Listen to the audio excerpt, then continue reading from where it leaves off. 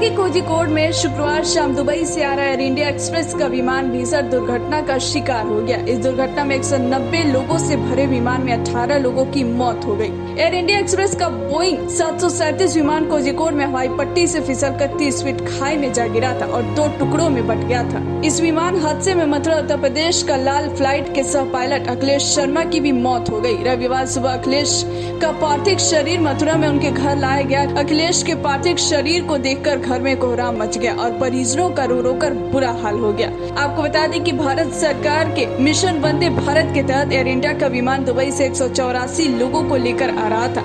इस पर दीपक वंसत साठे पायलट और अखिलेश शर्मा को पायलट थे। विमान शुक्रवार को केरल के कारीपुर एयरपोर्ट के पास दुर्घटनाग्रस्त हो गया था। रात करीब 10:30 बजे अखिलेश के परिवार को एयर इंडिया की ओर से इस घटना की सूचना मिली।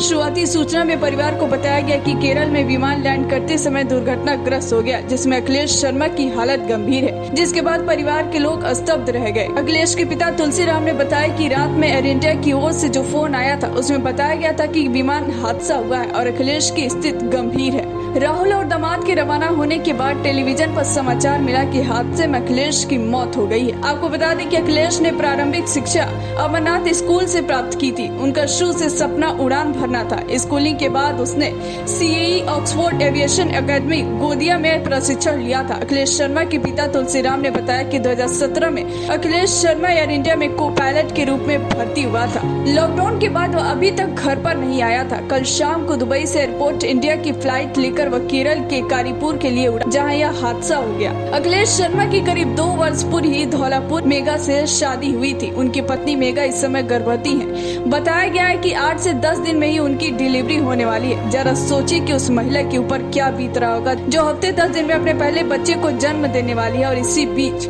जन्म से पहले ही हादसे में पति की मृत्यु हो गई।